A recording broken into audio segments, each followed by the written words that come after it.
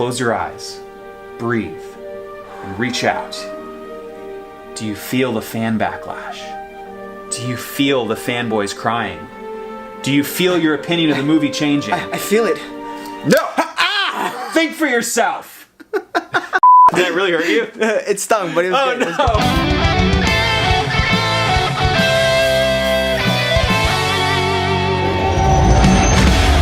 Alright guys, welcome to the Rebel Rave. I'm Rob. I'm Dave, and today we're talking about The Last Jedi. That's right, it's been a couple weeks now since the movie released, and it has been quite polarizing. Controversial to say the least. There have been very opposing views on the movie. So we've actually had an opportunity to watch it multiple times ourselves. We've kind of allowed ourselves to kind of let the movie sink in a little bit. So we're going to give you a quick recap of our thoughts of the movie, our feelings, how they've changed after the movie sunk in, and then we're going to hit 5 points of contention with the film, and just talk about what fans have been saying and what we think about those points of contention. Okay, so you guys may have watched our original review video, and I left on Thursday night feeling conflicted but pretty good about the movie. Over the next couple of days, for some reason, I was just getting bad vibes and I wasn't sure what I thought anymore. But luckily I had tickets to go see it again with my wife, and man, that second time I saw the film, I was floored. I loved every single minute of it. And I mean, even at the end, I found myself, I got emotional and teared up, spoiler alert, at Luke's final scene staring out over that sunset. And I was so glad I got to see it again. And we'll get into some of the reasons why I liked it so much more the second time later. As for me, I felt the exact same way. I actually saw it the very next day. The first time we saw it at 11 p.m. We started filming our review video like at 3 in the morning. So it was kind of a mix of Red Bull and first impressions, there. But the second time I saw it, I totally agree with Dave. There were parts that maybe didn't sit well with me. Maybe I was like a little like, why did they do that? But then I understood why they did it and why they went in the directions that they did. And so we're going to be discussing some of that. Bottom line, I loved the movie. I loved it. In my opinion, I enjoyed it better than The Force Awakens. I'm not sure about Rogue One. I loved Rogue One. But it's a great, great, great movie. Awesome. For me, I would say The Force Awakens is more fun. I always say The Force Awakens isn't the best Star Wars movie, but it is the most fun. Yeah. But it is bolder, it's bigger, it's more exciting in certain ways than The Force Awakens was. So I'm still having trouble ranking it in terms of all the Star Wars films, but I do now love the film, and I'm glad to say I do. We both love it. So now let's talk about a couple points of contention. We've thought of 5 things that we've seen a lot of fans and some of our friends talking about where they're either confused about or didn't like the way it was handled, and we just want to talk about a couple of them real quick. First up, Luke Skywalker. So I've got a lot to say about Luke and how he was handled in this film. When I was a kid, Luke was my guy. Right now, I really also like Obi-Wan, but Luke has a special place in my heart. Now, in terms of how he was handled in this movie, I've grown to really appreciate it. Here's something I noticed. Look at Rey's arc in The Force Awakens. She goes from one place of strength to another place of strength, where she's just learned more about herself and more about her powers. Luke is someone they really gave change to, a great arc where he goes from this sort of scarred hermit figure to the hero that we all knew him as, and maybe even more of a hero by the end of the film. And what do I mean by that? Look, his death over that binary sunset was beautiful, but a lot of fans have a problem with the fact that he died. I see it as this. Kylo set up in the beginning of the film that force projecting would kill you. When he and Rey first have their first Force Skype session, he says the power to do this would kill you. How are you doing this? Luke force projecting on Crate, giving the Resistance time to escape, saving Rey and all of her friends, that was him sacrificing himself for the sake of the Resistance, the new rebellion. When he surrendered himself to the Force at the end, that wasn't out of cowardice, that wasn't out of fear, that wasn't running away from the problem. That was he had spent all of his energy, all of his life force to save those people, and him becoming one with the Force to become more powerful than Kylo or anyone else could possibly imagine. What a beautiful, poetic end to the character. I was literally emotionally moved. My wife saw tears rolling down my face at that scene, and I just thought it was fantastic. Yeah, I totally loved it too. And a lot of people think, well, he's dead. Luke Skywalker's done. No, I think we're definitely going to see Mark Hamill return as a Force Ghost. Absolutely. Definitely, which I think is going to be awesome. Another thing that people complain about is that they said, why was he a hermit? He was all negative. He wanted nothing to do with the Force. Can I remind you of 2 other characters in the Star Wars universe who had also failed at what they were supposed to be doing and had kind of become hermits as well? Obi-Wan Kenobi. Obi-Wan failed his previous apprentice, seeing him turn to the dark side. He trained Darth Vader, and so he ended up going down to Tatooine. Now, he was watching over Luke Skywalker, but he was still kind of a hermit, just in hiding. There's also Yoda. Yoda did say in episode 3, failed I have into hiding, or into exile, and let's go. So this whole idea of saying that Luke Skywalker is just, that's not what Jedi do, they don't turn that way, I think was completely false. The other aspect of Luke I see a lot of fans having issue with is the fact that he almost killed Ben Solo, or that he even thought about it. When I saw the film for the first time, I had the same feeling. I was questioning it because I appreciated it for what it did for Kylo's character, and I wasn't sure how I felt about it for Luke's character. But when I saw the film the second time, I really paid close attention to his voiceover during that flashback scene, that final flashback where they show what actually happened. He said this: I saw darkness. I sensed it building in him. I had seen it in moments during his training, and then I looked inside, and it was beyond what I ever imagined. Snoke had already turned his heart. He would bring destruction and pain and death and the end of everything I loved because of what he would become, and in the briefest moment of pure instinct, I thought I could stop it. It passed like a fleeting shadow, and I was left with shame and consequence, and the last thing I saw were the eyes of a frightened boy whose master had failed him. So basically what Luke is saying here is that he saw Ben already turned by Snoke mentally, and he saw Ben being the destruction of everything Han, Leia, and Luke had worked for in the original trilogy.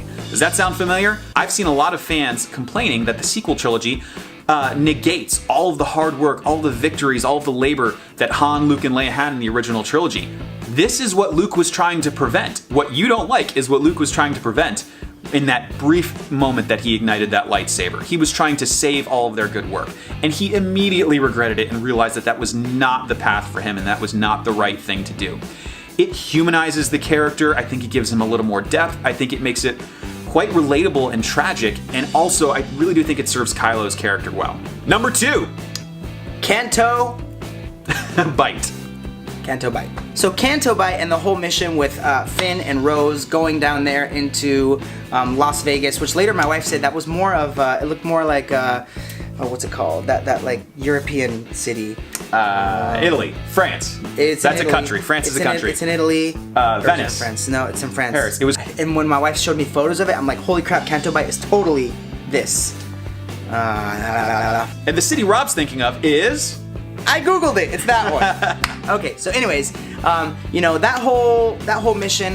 The first time I watched it, I was like, this is completely unnecessary. I don't like this. It's boring. The second time I watched it, I was much better with it. I enjoyed it a lot more. There was still stuff, like those weird horse things. What are they called? Fathiers. Yeah. Luke, I am your fathier. I agree, Rob. The first time I saw the film, I thought, man, I don't want to see any Kanto Bite. I want to get back to Luke, Rey, and Kylo's stories because I was so invested in them. The second time I saw the film, since I knew how Luke, Rey, and Kylo's story resolved, I was able to chill out, take a breather, take a minute, and appreciate the Kanto Bite scene for what it was. A lot of people complained that The Force Awakens didn't have enough world building, that it didn't expand the galaxy like the prequels did. That's exactly what this entire sequence was trying to do. Show you some more of the world, some more aliens, some more of the politics, and some more of the war machine behind this entire story. So I appreciated it for what it was. It's not the best piece of Star Wars, but it was totally fine and serviceable in the film. And at the end of the movie, they gave us a little nugget which kind of explained to us why we needed to experience that whole Kanto Bite mission. At the end of the movie, we see the stable boy grab the broom using the Force and then wield it like a lightsaber, which kind of showed us that Force users can come from anywhere. You don't have to be from the Skywalker bloodline. You don't have to be a powerful Kenobi or anything like that, which I thought was really cool because Rose is telling Finn how her and her sister Paige came from that upbringing. They came from nothing. So maybe Rose is a Jedi. Let's not. But that brings us to point number 3. Rey, nobody. So for the last 2 years, Star Wars fans have been arguing, Rey Skywalker, Rey Kenobi, and guess what? We're all wrong. It was Rey nobody. Coming out of The Force Awakens, Rey Kenobi. Sorry, continue. Coming out of The Force Awakens, I was hoping she would be Rey Skywalker. Over the last year, I was kind of realizing, no, you know what? I don't want to see the universe narrow. I don't want to see the galaxy narrow. I want her to be Rey Nobody. I want her to come up out of nothing.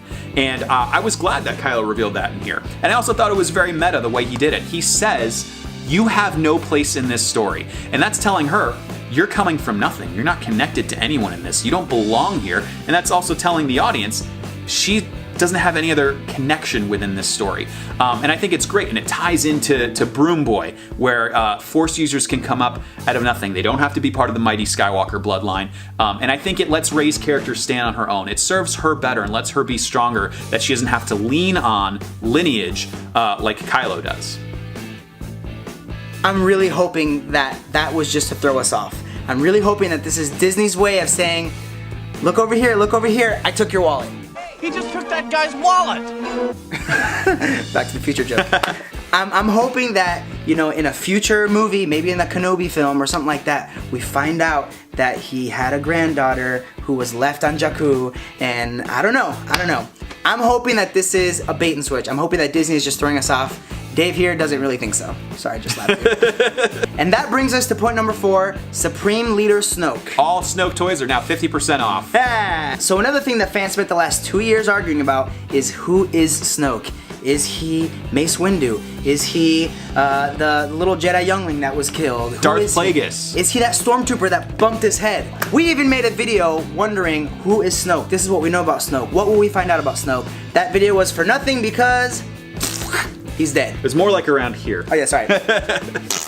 He's dead. And we're okay with that. We're okay with the fact that he's dead. Now, what fans are complaining about is that there was no backstory to him, that, you know, we don't know where he came from or anything like that. I'm okay with that. I think, Dave, you're okay with that too. I personally don't care. I love that they subverted expectations and killed Snoke here. Skipped a movie doing it, basically. Kylo is the more interesting character. Kylo is this series' main villain. Snoke was just a vehicle to get him to the dark side. Snoke isn't important to me. They can tell his backstory, his motivations in a comic book or a novel or whatever. I don't care. It's not important to the movies. Let's move on. The movie told us he's not important. Let's move on with the main story. Now, what does matter to me, I'm not sure about you, Dave, what does matter to me is I do want to know eventually how he came into contact with Kylo Ren. How did Kylo Ren meet Snoke? How did that whole thing happen? Now, it's not too late for us to find that out though. We can easily find that out in episode 9. We found out what happened with the destruction of the Jedi Training Academy in episode 8, even though we started seeing flashbacks in episode 7, so it's not too late to see that. Right. So, we'll see what happens. Cool. And now our final point.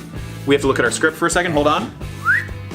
The fact that episode 8 was too different, when people complained that episode 7 was too much of the same. Star Wars fans, you're the worst. Make up your minds. People complaining about episode 8 being too different. People complaining that you want episode 8 to be more nostalgic or to follow the Star Wars formula. What is wrong with you? Do you want the same movie made over and over and over again? People complained like crazy that The Force Awakens was a remake of A New Hope.